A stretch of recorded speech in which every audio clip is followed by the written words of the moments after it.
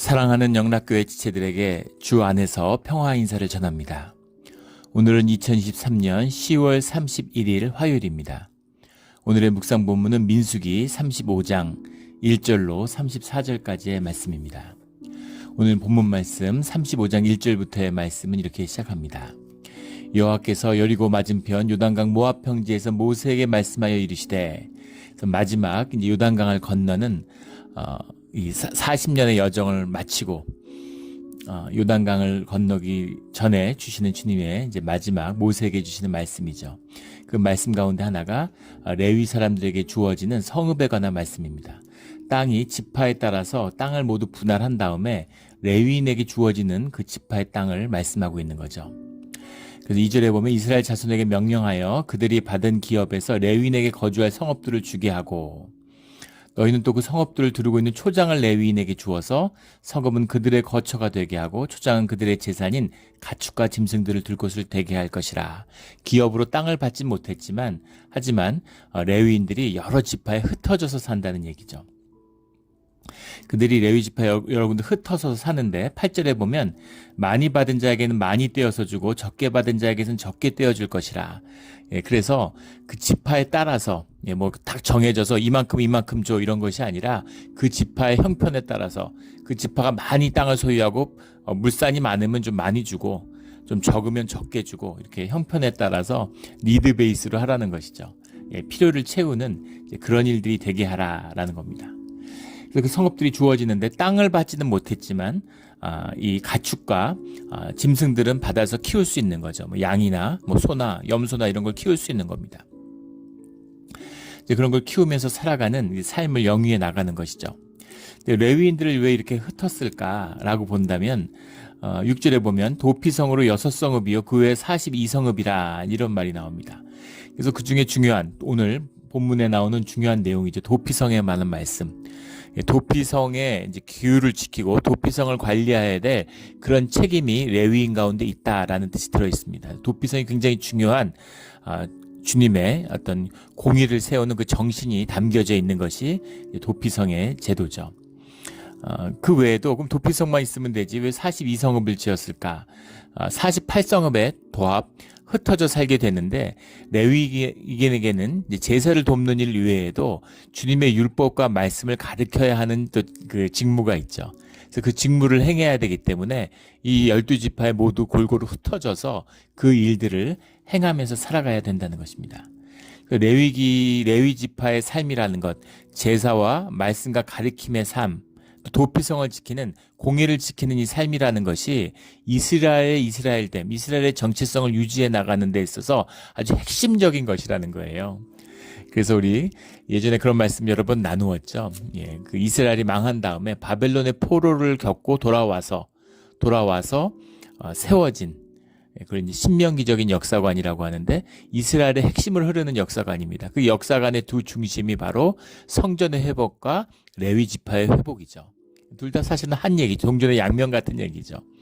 성전을 세워야 된다는 얘기가 사실은 레위 지파를 세워야 된다는 얘기와 같은 이야기죠. 이것이 주님과 함께하는 이스라엘이 될 수 있는 또 그 복을 끊기지 않을 수 있는 그 핵심이 여기 있구나. 레위 지파를 회복하는 데 있구나라는 것에 있기 때문에 이 레위 지파에 관한 말씀 또 레위 지파와 관련된 이야기들이 굉장히 중요하게 다루어지고 있는 겁니다. 근데 오늘은 그 레위 지파에게 주어진 중요한 책무 가운데 하나인 도피성의 이야기가 나와요. 도피성이라는 것은 뭐 신명기 19장에도 나오고 여호수아 20장의 말씀에도 나오고 굉장히 그 여러 번 반복해서 그 언급되고 있는 우리 그런 말씀을 나눈 적이 있죠. 성경의 중요한 원칙 중에 하나인데 중요한 것은 여러 번 많이 다룬다는 겁니다. 반복해서 나오고 분량이 많으면 그 의미는 뭐냐면 새겨야 되고 중요한 말씀이라는 거예요. 자꾸 만나게 되는 겁니다. 그런데 굉장히 중요하고 큰 사건 같은데 짧게 다루는 경우도 있죠. 한두 줄로 그냥 끝나버리는. 근데 어떤 것은 굉장히 길고 정확하게 나오는 것 같은 느낌이 있는데 그것은 중요한 이유가 있다라는 겁니다. 도피성은 굉장히 중요한 말씀이라는 것을 알 수 있죠. 도피성이라는 거 우리 이미 신명기 여호수아기에 대한 강해를 했기 때문에 기억하시는 분들이 있을 거예요. 미필적 고의로 고의로 살인한 자가 아니라 미필적 고의로 살인한 자가 그 자기의 성읍에서 피신해서 숨어 있는 게 아니라 도피할 수 있는 그 사람들이 보호받을 수 있는 것이 이제 도피성이죠. 그래서 도피성이 오늘 그 14절 본문에 보면 세 성읍은 요단 이쪽에 있고 서편이죠. 세 성읍은 가나안 땅에 그러니까는 요단 이쪽이라는 건 요단 동편, 세 성읍이 가나안 땅에 둔다는 건 요단강 서편이죠. 여호수아서 이제 20장에 보면 그 성읍에 대한 이름이 자세히 나오죠.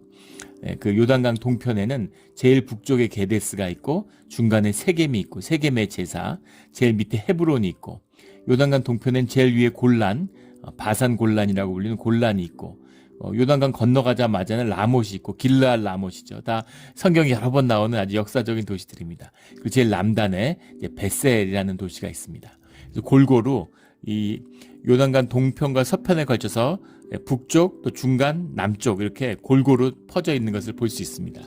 이 시대에 강을 건넌다는 건 쉽지 않기 때문에 그 이제 강 이편에도 강 저편에도 이렇게 거리에 딱 맞게 해가지고 이 도피성들을 이제 마련한 것이죠. 그리고 오늘 본문엔 나오지 않지만 뭐 여호수아의 본문에 나오는 것처럼 땅이 포장되어 있다고 그러죠. 폭이 14m가 넘는 그런 길로 포장되어 있고 곳곳에 이제 그 도피성을 향하는 표지들을 세워서 그 누구도 처음 가는 길이라도 어렵지 않게 이제 도피성에 도달할 수 있게 돼 있어야 되고 또 도피성은 자족 도시로 자족적인 기능을 가진 요즘같이 뭐 유통과 도로가 발달되어 있는 그런 시대가 아니잖아요. 그래서 자급할 수 있는 도시가 거의 없죠. 그런데 모든 필요한 물품을 다 모아놔서 창고를 짓고 그래서 자급 도시를 만들어서 거기 사는 사람이 그 도시를 떠나지 않아도 살 수 있도록 그런 성읍을 만들어 놔라. 성읍에서 떠나지 않고 성읍 안에 보호돼야 된다라는 거죠. 이 사람들이 왜 보호돼야 될까? 이 사람들이 왜 성읍을 떠나면 안 될까? 여기에 대한 깊은 영적인 의미들이 들어있는 겁니다. 12절 말씀에 보면 이는 너희가 복수할 자에게 도피하는 성을 삼아 살인자가 회중 앞에 서서 판결을 받기까지 죽지 않게 하기 위함이니라. 복수할 자라고 해석을 했는데 우리가 너무나 잘 아는 고엘이라는 이름이죠. 뭐 계대제도, 대를 이을 자, 뭐 이렇게도 되고 보수할 자, 회복할 자, 뭐 이렇게도 해석합니다. 다 뜻이 들어있죠. 복수한다는 것이 뭐 개인적으로 원하는 우리 복수라는 건 그런 의미가 들어있잖아요. 우리 뭐 재판 받아서 사람이 죽는데 그걸 복수한다고 얘기하지 않죠. 그것은 법의 정의죠. 복수한다는 것은 사적으로 개인적으로 내 원한을 갚는다는 뜻이 들어있잖아요. 근데 여기서 복수한다고 해석을 했는데 그런 의미가 아닙니다. 피의 의미, 피라고 하는 것에 생명이 담겨 있는데 그 피를 땅에 흘린 것으로 인해서 생명이 더럽혀지고 땅이 저주를 받았다, 땅이 부정하게 됐다라는 것이 이 이스라엘 가운데 있는 기본적인 믿음이죠. 주님이 주신 영과 생명을 대하는 자세에 관한 문제입니다. 그래서 그 피로 부정하게 된 그 땅의 저주를 풀어야 된다는 거예요. 그것이 그 죽음이라는 것이 죄의 결과잖아요. 그러니까 그 죄를 씻어야 되는 것입니다. 그 대속의 의미가 깊이 들어있어요. 두 번째는 재판을 받아야 된다는 겁니다. 공정한 재판의 의미죠.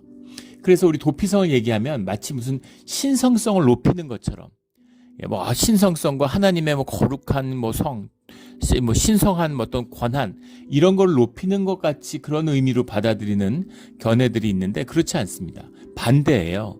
신성성이 강조되는 게 아니라 재판의 공정성, 법의 공정성, 보편성을 강조하는 겁니다. 이게 사실은 이스라엘이 받은 이 율법의 위대함이죠.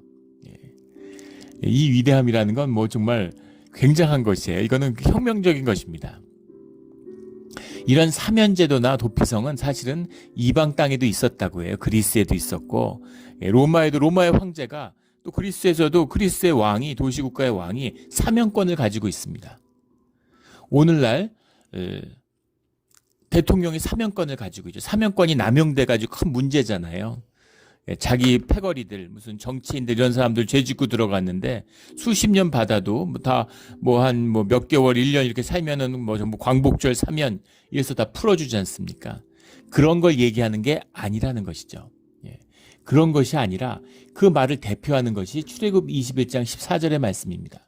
예. 그 말씀에 보면 주님이 뭐라고 말씀하시냐면 고의로 사람을 죽인 자들은 심지어 제단의 뿔을 붙잡고 있어도 제단의 뿔이 뭐예요? 구원의 뿔이잖아요. 도피성과 함께 죄인들이 구출받을 수 있는 생명을 구할 수 있는 도피처죠. 그래서 제단의 뿔을 붙잡으면 그러면은 주님의 예, 대제사장 아니면 들어갈 수가 없는데 제사장이 아니면 들어갈 수 없는 곳에 제사도 아닌데 죄진 자가 뛰어들어와서 구원의 뿔을 잡아 얼마나 절박하고 살고 싶으면 그렇게 하겠어요. 그런데 일단 구원의 뿔을 잡았으면 그러면 그 사람의 생명을 살리고 공정히 재판받을 기회를 주는 것이죠. 그런데 고의로 제단의 뿔을 잡았을지라도 고의로 제단 뿔을 잡은 자는 끌어내라. 그렇게 성전에서 끌어내야 된다. 이렇게 얘기하고 있는 겁니다. 예. 예. 제단의 뿔, 구원의 뿔을 잡았어도 그 뿔을 잡았다고 봐주지 말고 고의로 살인하는 자, 분명한 자는 잡아 끌어내오라, 성전 밖으로 끌어내라는 거죠. 이게 주님이 주신 말씀이에요. 우리 출애굽 21장 14절의 말씀이죠. 그 말씀만 봐도 이 말씀만 봐도 신성성을 높이기 위한 게 아니라 법 집행의 공정함을 강조하는 말씀입니다. 물론 여기서 우리가 볼 수 있는 더 깊은 의미는 법이라는 것이 세상에 속한 것이 아니라 법의 공정성, 공의를 세우는 것이 주님을 높이고 주님을 섬기는 아주 중요한 한 축이라는 거죠. 긍휼과 사랑의 주님이시지만 공의와 정의의 주님이십니다. 그 두 가지를 같이 다 세워야 되는 거예요. 긍휼과 자비가 있어야 되지만 공의와 정의가 세워져야 되는 겁니다. 이게 신앙이죠. 이것을 구분하는 것, 이것을 차별하는 것이 종교죠. 그래서 뭐 막 거룩하게 주님을 높이고 막 한없이 막 이렇게 홀리한 것처럼 막 연기 피우고 막 무슨 뭐 어마어마한 무슨 뭘 하고 중세 때 그런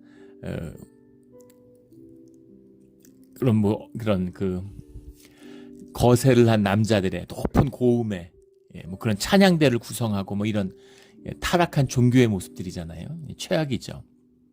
그렇게 무슨 뭐 그런 것이 아니라 바른 정의를 세우는 것, 세상의 공의를 세우는 것, 이것이 주님의 통치가 임하는 주님과 함께하는 자들의 비밀이다라는 뜻이 들어있는 겁니다. 그래서 신성성이 아니라 법의 지배를, 법의 정의를 높이는 그 뜻이 이 가운데 들어있다는 것이죠. 또 하나 받는 오해 중에 하나가 뭐냐면 대표적인 21절의 말씀이에요. 아기를 가지고 손으로 쳐 죽이면 그 친자는 반드시 죽일 것이니 이는 살인하였음이라. 피를 흘린 자는 그 피를 흘려야 된다. 그 피의 대속의 섭리와 원리죠. 창세기에도 나오는. 그런데 피를 보복하는 자는 살인자를 만나면 죽일 것이니라. 고엘, 그 계대 묶여있는 영의 묶임, 그 영의 묶임이기 때문에 이 피의 저주에 묶이는 것이죠. 우리 인간의 모습이에요. 영의 본질입니다. 카르마 같은 것이죠. 내 업에, 그 업보에 묶이게 돼 있어요. 그래서 그것을 풀라는 것이죠. 그 묶임을 받은 자가 그 묶임을 풀라는 겁니다. 그런데 피를 보복하는 자는 살인자를 만나면 죽일 것이니라 이렇게 돼 있으니까 살인자를 만난다는 게 그 고엘된 사람이 쫓아가다가 아버지 죽었으면 아들이 계속 그 살인자를 쫓아다니다가 드디어 만나면 어디 변장하고 지나가는데 길에서 만나면 길에서 쳐 죽여라 이런 얘기가 아니라는 겁니다. 그렇게 죽이면 안 돼요. 사람을 고의로 죽인 자도 재판을 받습니다. 재판을 받아서 그 재판을 통해 죽는 거예요. 그 동네에서. 그런데 피를 흘리는 게 부정한 것이잖아요. 사람의 피를 흘리면 피를 흘리는 것에 대한 죄의 값에 묶이게 되잖아요. 그러니까 누가 죽이겠어요? 그러니까 고엘에 묶여있는 자다. 계대지대에 묶여있는 자들. 고엘의 사람. 그 사람이 그것을 피에 묶여있는 것을 그 피로서 풀어야 된다 하는 그 의미입니다. 형제가, 친족이, 자식이 그 고엘의 계대에 따라서 그 원리에 따라서 그 묶여있는 사람이 죽여야 된다 그런 얘기죠. 그러니까 사형 집행자가 따로 있는 것이 아니라 그 피를 누구도 피를 흘리면 안 되는 겁니다. 그런데 그 피 흘림에 묶여있는 자, 그 자가 그것을 푸는 피의 그 보복을 통해서 피의 그 저주를 풀어야 된다 이 뜻이 들어있는 거죠. 그래서 뭐 고의로 죽인 자는 재판 없이 죽여도 된다 이런 의미가 아니에요. 그런데 전혀 의도하지 않았는데 미필적 고의로 이스라엘의 집들은 이 지붕이 정원이란 얘기했죠. 더운 곳이니까 지붕을 평평하게 해가지고 지붕에다가 곡식도 널어놓고 또 이제 해가 지고 난 다음에 선선할 때는 지붕에 올라와 있는 거죠. 지붕에서 이를테면 곡식을 갈고 있다가 맷돌을 갑자기 옮기다가 떨어뜨렸는데 그게 굴러가더니만 길에 떨어졌는데 길에 지나간 사람이 맞았다. 예를 드는 겁니다. 그거는 이제 고의에 의한 살인이 아니잖아요. 하지만 살인이죠. 미필적 고의에 의한 살인이 났는데 그런 사람 그렇게 맷돌에 맞아 죽었다고 해도 가족의 원한이 없겠습니까? 또 그 피해 원한을 갚고자 하는 그런 그 시족의 그런 원한이 없겠어요? 그런데 그런 사사로운 원한을 갚으면 안 돼 이런 얘기죠. 피해 저주를 푼다는 것은 주님의 뜻 가운데 일어나는 주님의 사역이지. 대속의 사역이지. 그것이 내가 원수가 갚았다고 원수가 풀어지고 원수를 갚으면 그것도 또 원수가 되죠.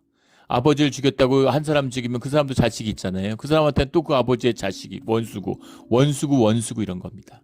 사람이 풀 수 있는 게 아니에요. 깊은 비밀이 들어있는 겁니다. 이걸 어떻게 풀 수 있느냐에 대한 그 비밀이 들어있는 거예요. 지금 이스라엘 그 가자 지구에서 팔레스타인 전쟁, 이스라엘 팔레스타인 전쟁이 한창이죠. 이스라엘 공식적으로 전쟁으로 선포하고 이제 전쟁이다. 전쟁이라는 건 무슨 의미입니까? 아무런 법도 모두 통하지 않는다는 거죠. 그게 전쟁이잖아요. 어떠한 죽음도, 어떠한 살인도, 어떠한 방법도 다 정당화되는 것. 이게 전쟁이죠. 그래서 경제 전쟁이다 이런 말들 요즘에 경제 전쟁은 뭐예요? 무슨 WTO니 뭐 공식적인 법이니 제도니 계약이니 다 필요 없다는 거죠. 상대를 죽이고 짓밟는 이게 전쟁이잖아요. 팔레스타인 전쟁을 들어갔습니다. 근데 지금 미국이 그 전쟁을 말리고 있죠. 지상전을 하지 말라고 인도적 재앙이 우려된다. 이거 공식 명분인데 그러면서도 애매하게 또 그 전쟁의 중단을 촉구하는 유엔의 결의에 미국이 반대표를 던졌어요. 그러니까 그거에 대한 막 분노들도 많죠. 미국이 그럼 테러와의 전쟁을 한다 그러면서 이게 뭐 하는 거냐 이러고 막 미국에 대한 항의도 빗발치고 있어요. 미국이 지금 이러지도 저러지도 못하는 딜레마의 상황이죠. 미국이 어려운 가운데 빠져 있는데 왜냐하면 거기 14명, 200여 명 되는 인질들이 붙들려 있는데 14명의 미국 사람이 있습니다. 그 미국 사람을 그런 식으로 방치하고 지금 이스라엘은 200명 뭐 전혀 교섭도 안 하고 다 죽여도 상관없다는 거 아니에요? 지금 벌써 한 5천 명을 보복으로 죽였는데 이스라엘 입장에서 한번 본다면 이스라엘 입장에서 보면 얼마나 열이 받겠습니까? 갑자기 하마스가 테러를 해갖고 1200명을 죽이고 막 어린아이들도 죽이고 막 그 참소하고 처단한다고 사람들 막 납치해가고 있을 수 없는 일이죠. 그걸 어떻게 참겠어요? 그래서 이스라엘의 보복은 너무나 정당해 보입니다. 그런데 팔레스타인 입장에서 보면 팔레스타인이 수천 년 동안 살던 땅을 적어도 2000년 동안 잘 살던 땅을 어느 날 와가지고 자기들 땅이라 그러면서 다 쫓아내고 집 다 뺏고 땅 뺏고 그리고 가자지구 같은데 천장 없는 감옥이다. 뭐 21세기 개토다 이렇게 얘기하죠. 거기다 몰아넣는 다음에 전기도 끊고 물도 끊고 구호품도 끊고 막 폭격해대고 거의 뭐 인종학살에 가까운 이런 일들을 경험하고 수십만 명이 지난 50년 동안 죽었는데 눈길 한번 보내지 않더니 이스라엘 사람 1200명 죽으니까 그걸 가지고 이러느냐 이렇게 한 7, 8년 됐나요? 그 레바논에서도 이스라엘 군인이 2명인가 3명인가 그때 납치되니까 거기에 대한 보복으로 이스라엘이 들어가서 3,500명을 죽였죠. 이스라엘 레바논에서. 그런 거는 얘기도 안 하면서 지금 우리가 테러했다고 우리를 뭐라 그래? 이러는 거죠. 더 기가 막힌 건 하마스가 저지른 짓이지 팔레스타인 사람들이 저지른 게 아니잖아요. 근데 보복은 팔레스타인 사람들이 당해요. 그러니까 자기 형제와 부모를 잃은 그런 사람들의 원한은 어떻게 하겠습니까? 그 팔레스타인의 그 하마스의 그 지도자인데 그 인터뷰하면서 자기 부모도 자기 여동생 뭐 형제들 다 이스라엘이 다 죽였다는 거죠. 이유도 없이 아파서 병원에 입원했는데 폭격으로 죽고 자기는 그 복수를 위해 살고 있기 때문에 오늘 죽어도 여한이 없다. 한 명이라도 이스라엘 사람 더 죽이고 죽으면 원한이 없겠다. 이렇게 얘기하는 겁니다. 원이 없겠다. 이렇게. 이걸 어떻게 끊을 수 있을까요? 이 원한, 이 카르마를 어떻게 끊을 수 있겠습니까? 이 악의 업보를. 이 얘기를 하는 거예요. 미국도 마찬가지 아닙니까? 9.11 테러를 당했는데 미국이 테러와의 전쟁을 선포했죠. 23년이 됐습니다. 23년 동안 미국이 그때 시작할 때 이 테러의 전쟁을 통해서 제거해야 될 미국이 페이트리어트 액트라고 정말 미국 헌법에서도 이걸 누군가 제소를 하면 틀림없이 위법이 될 것 같은데 그런 초유의 법을 만들었습니다. 그래서 페이트리어트 액트에 걸리면 테러나 이런 데 연루됐다고 의심받으면 그러면 막 6개월씩도 구금할 수 있고 9.11 테러에 관련된 자들은 재판을 안 받고 25년째 수감돼 있어요. 관타나모 수용소에. 고문도 했다고 그러죠. 있을 수 있는 미국 같은 나라에서 기독교 전통 가운데 있는 나라인데 상상이 되세요? 미국에서 법의 나라입니다. 그런데 그 테러의 용의자라고 테러에 직접 관련된 게 아니라 그 사람들과 관련된 사람이라고 테러를 직접 한 사람도 아닌데 25년을 재판도 없이 갖추고 있다. 이게 중국이 하는 얘기잖아요. 중국이 사람들 막 납치하고 법이 없는 나라 아닙니까?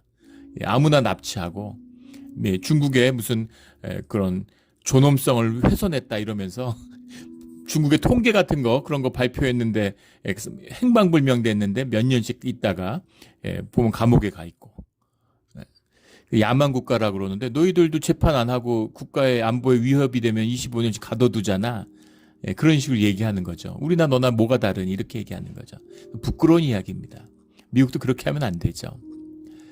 그런데 그 사람이 5천 명씩 테러로 죽었는데 그걸 가만두겠어요? 그걸 뿌리 뽑아야 되는데 정상적인 법 집행으로 잡을 수 있겠습니까? 근데 뭘 얘기하려는 거냐면 23년간 테러와의 전쟁을 하면서 미군이 5천 명이 사망하고 전비로 3조 5천억 달러를 썼다는 거 아니에요? 3조 5천억 달러가 와닿지 않는데 1조 달러, 1 트릴리언 달러만 있어도 미국에 있는 모든 학교를 새로 지을 수 있답니다. 미국에 있는 모든 도로를 새로 깔 수 있대요. 미국 도로 보면 엉망진창이죠. 학교들 보면 엉망진창입니다. 선생님들 처우를 한번 보세요. 근데 3조 5천억 달러 쓰고 5천 명이 죽은 돈은 그렇다 쳐도 5천 명의 생명을 앗아갔는데 7명의 테러 용의자들을 처단하기 위해서 시작된 전쟁이에요. 23년을 싸웠는데 미국 정보 책임자였던 사람이 인터뷰에서 하는 얘기입니다. 23년의 테러와의 전쟁이 끝났는데 지금 처단해야 할 대상이 2천 명이 넘는데요. 처단해야 될 수배 대상자가 2천 명이 넘는답니다. CIA에. 그리고 더 놀라운 건 테러 단체에 소속된 테러리스트의 숫자는 100배 이상 늘었답니다. 하마스는 무슨 돈으로 로켓포를 5천 발이나 모았을까? 중동에 얼마나 돈이 많아요, 석유 부자들이. 근데 그 돈이 쇄도한다는 거죠. 성전을 위해 싸우는 사람들이니까.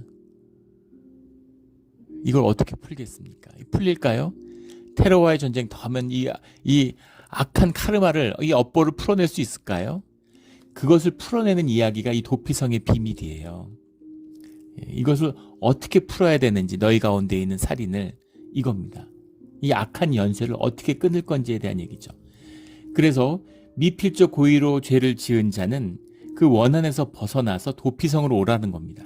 도피성으로 피신하면 도피성은 성으로 둘러싸여 있기 때문에 아무나 들어올 수 없죠. 들어올 때 우리 여호수아서를 보면 알 수 있지만 장로들의 심판을 받아야 됩니다. 장로들에게 와서 사연을 이야기하고 장로들이 듣고서 이건 일리가 있구나.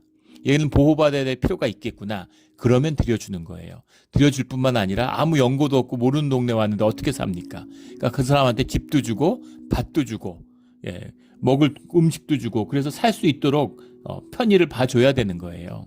놀라운 제도죠. 지금도 상상하기 힘든 인권의 보호입니다. 그래서 거기서 보호를 받는 거예요. 그래서 거기서 보호를 받는 동안 그거에 대한 조사와 재판이 진행되는 거죠. 원래 재판은 그 사고를 친 그 영역에 가서 그 지역에서 재판을 받아야 되는 거죠. 성 앞에 재판소를 열고 회중이 모아서 재판을 해야 되는데 그 안에 이제 분노가 가득하니까 제대로 재판이 진행되겠습니까? 지금도 그런데 이 21세기에서 오늘날도 재판을 보세요. 거짓 증언과 거짓 증거들, 뭐 그 배심원이 매수되고 제대로 사법제도를 운영하는 나라가 세계에 몇 나라나 되겠어요. 예. 대한민국도 그렇지 않습니까? 정권이 바뀌면 판결이 뒤집어져요. 지난 정권에서는 유죄였는데 정권이 바뀌니까 대법원 전원일치로 무죄 판결이 납니다. 정말 그럴 때 너무너무 부끄럽죠. 대한민국이는 너무 부끄러워요. 어떻게 그런 일이 있을 수 있습니까? 사법제도의 독립. 그걸 독립하기 위해서 모든 법적인 제도를 해놨고 그것을 누구보다 잘하는 것이 재판관들일 거 아니겠습니까? 근데 그런 사람들이 눈치를 보고 권력의 눈치를 보고 법복을 벗고 청와대 비서관으로 가고 국회의원에 바로 출마하고 사람의 문제겠죠. 그런데 이 법의 정신이 기독교에서 나왔잖아요. 그 본질을 잃어버렸기 때문에 부패하고 썩어가는 것이죠. 그런 시절입니다. 그런데 그 법의 공정성, 공의를 지켜라. 공의라는 건 주님의 것이기 때문에 그것을 지켜라. 억울하게 죽는 사람이 있으면 안 된다. 그리고 피의 저주를 너희들이 제대로 못 풀면 결국은 그 카르마에 너희들이 다 먹히고 마라. 그 말씀인 거예요. 그래서 그를 지키는 제도를 마련해 주는 겁니다. 그런데 25절에 가면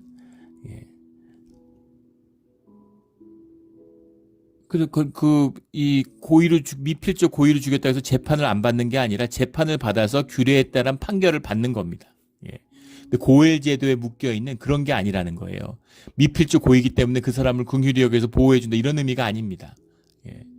그것에 관한 피의 저주를 푸는 법을 얘기한 그것은 고의로 죽인 것에 대한 고엘의 피의 보복을 푸는 그런 규례가 아니라 재판에 의한 규례로 풀어야 된다는 거죠. 거기서 사형을 언도받을 수도 있는 것이죠. 근데 사람을 죽이는 것에 대해서 피를 흘리는 것에서 극도로 조심하는 겁니다. 그럴 수 있잖아요. 미필적 고의라고 해서 와서 들어보니까 그럴듯하네.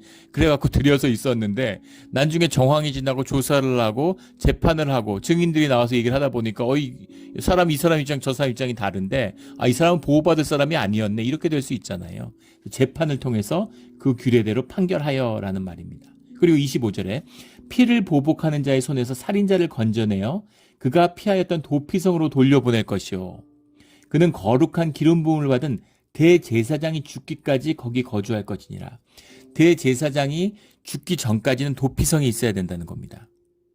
그 사람을 보호하는 의미도 있지만 그 사람의 죄로부터 이스라엘의 공동체를 보호한다는 의미가 양면으로 같이 있는 거예요.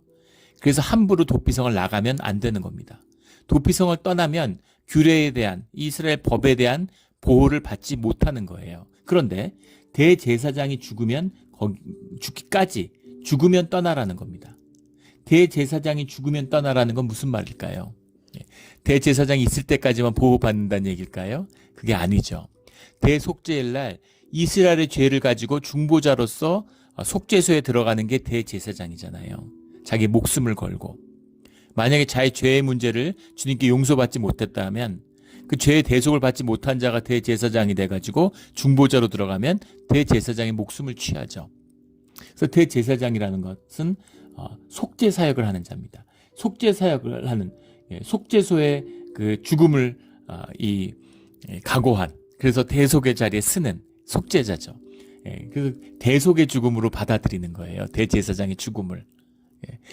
이 대제사장의 죽음으로써 사람들의 죽음을 씻을 수 있다라고 하는 것. 이것이 사실은 십자가의 대속의 예표라고 볼 수 있겠죠.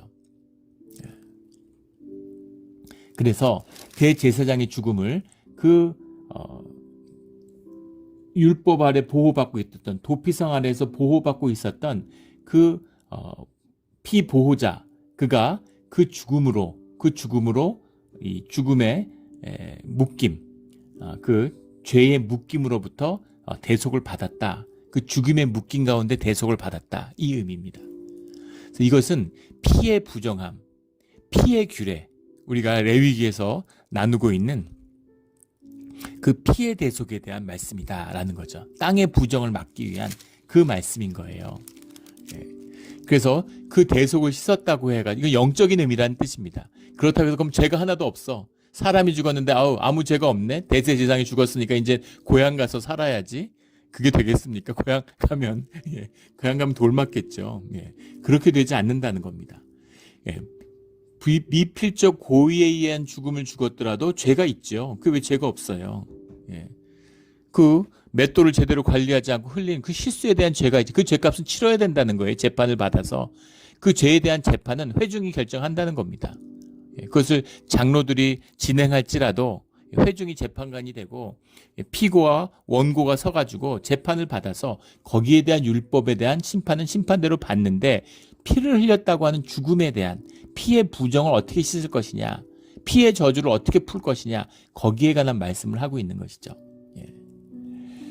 그 말뜻 31절에 하는 고의로 살인죄를 범한 살인자는 생명의 속전을 받지 말고, 이것은 예, 그 대제사장이 죽으면 그때는 속전을 받고 죄사함을 받고 갈 수 있는 것이죠. 예. 그런데 사람을 고의로 죽인 자, 이런 자는 속전을 받지 못하고 그 사람의 피를 흘리지 않으면 이건 씻지 못해. 이런 것이죠. 예. 이것이 참된 뜻이라는 겁니다. 그래서 우리가 속죄제에서 양으로 이렇게 또는 뭐 비둘기로 이렇게 그 죄사함을 받는 것과는 다른 내용이라는 거예요. 다르다고 할 수는 없지만 차원이 다른, 더 깊이 있는 영적인 차원의 이야기가 들어있는 것이다 라는 겁니다. 예, 법의 보호도 있지만 또 단순히 뭐 법을 공정하게 시행하기 위해서 피의자를 보호한다, 이런 것만도 아니라는 겁니다. 그걸 뛰어넘는 주님의 공의를 세우며, 주님의 공의를 세운다는 건 섭리를 이 땅 가운데 행하는 것이, 주님의 이 섭리가 행해진다는 건 임재가 이 땅 가운데 함께하고 있다는 겁니다. 주님이 이 땅 가운데 함께하고 있다는 것은 적어도 죄와 거짓으로 땅을 더럽히는 그런 것에 주님이 함께 하실 수는 없죠. 그 문제를 다뤄야 된다라는 뜻이 들어있는 거예요. 굉장히 깊은 말씀입니다. 32절에 또 도피성에 피한 자는 대제사장이 죽기 전까지 속전을 전에는 속전을 받고 그 땅에 돌아가 거주하게 하지 말 것이니라. 33절에 너희는 너희가 거주하는 땅을 더럽히지 말라라는 이 말씀에 들어있는 거죠. 땅을 더럽히면 안 돼. 예. 땅을 더럽히지 말라는 게 땅이 성스럽고 땅이 거룩하기 때문에 땅을 더럽히면 안 돼, 이런 이야기가 아니라 땅의 저주에 묶이면 안 돼. 예, 혈기로 살면 안 돼. 생존으로 살면 안 돼. 생명으로 살아야 돼. 말씀으로 살아야 돼. 이 말씀인 거죠. 예. 땅을 더럽히지 말라 그러면 땅이 귀한가 보다, 생명보다 땅이 더 귀하기 때문에 피를 흘리면 땅이 더러워지나, 그런 얘기가 아닌 거죠. 너희의 생명을 땅에 묻지 마라. 그럼 생명이 죽는다. 그럼 너희가 생존을 하고 짐승같이 살게 돼. 이런 말씀인 거예요. 피는 땅을 더럽히나니 피 흘림을 받은 땅은 그 피를 흘리게 한 자의 피가 아니면 속함을 받을 수 없느니라. 창세기 9장에도 나오는 말씀이죠. 이 정신을, 너희가 이 생명의 이 귀중함을, 소중함을 지켜야 된다라는 겁니다. 피로 더럽힘을 받았다는 건 흘린 피를 이야기하는 거죠. 피 자체는 생명으로 존귀한 것입니다. 근데 부정하게 흘려진 피, 그 피가, 살인으로 빚어진 그 흘린 피가 땅을 더럽힌다, 이 의미인 거죠. 그 죄가 땅을 더럽힌다, 이겁니다. 34절에 너희는 너희가 거주하는 땅, 곧 내가 거주하는 땅을 더럽히지 말라. 나 여호와는 이스라엘 자손 중에 있음이니라. 내가 너희와 함께하고 있지 않느냐, 이 말씀이죠. 예. 그러니까 우리가 함께 살아가는 주님의 이 만드신 이 땅, 이 세상, 이것을 동산으로 만들어서, 에덴 동산으로 만들어서 하나님 나라로 만들어서 살아가는데 너희의 죄와 거짓으로 이 땅을 더럽히면 안 돼, 그런 거죠. 예, 그래서 귀한 말씀입니다. 이 말씀을 참 제대로 전하기가 어려운데 늘 큰 도전이죠. 예, 이 말씀의 깊은 뜻, 예. 누가 이 삶의 업보에서 자유로울 수 있겠습니까? 누가 카르마에서 벗어날 수 있습니까?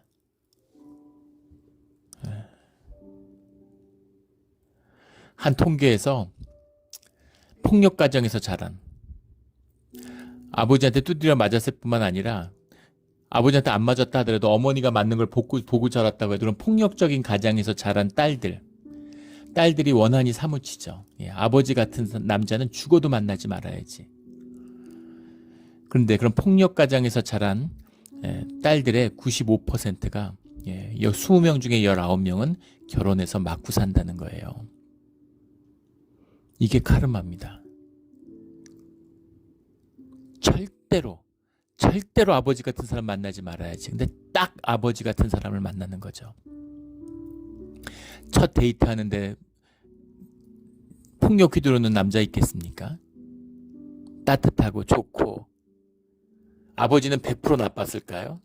그 안에 좋고 아버지인데 편안함이 있고 익숙함이 있는 거죠. 너무 좋아서 아버지하고는 정반대인 것 같아서 결혼했는데 살아보니까 바로 아버지인 거죠. 이 비극입니다. 아버지뿐일까요? 심리학에 그런 말이 있잖아요. 우리의 모든 조상이 내 등 뒤에 서 있다고. 내 삶의 모든 것이 내 부모와 내 조상, 아담의 후손, 남자의 자식, 이 남자의 자식이 끊어지고 여자의 자식이 나와서 뱀의 머리를 상하게 할 때까지 이 카르마의 문제가 끝나지 않는 거예요. 오직 십자가만이, 예수 그리스도를 주로 만날 때만이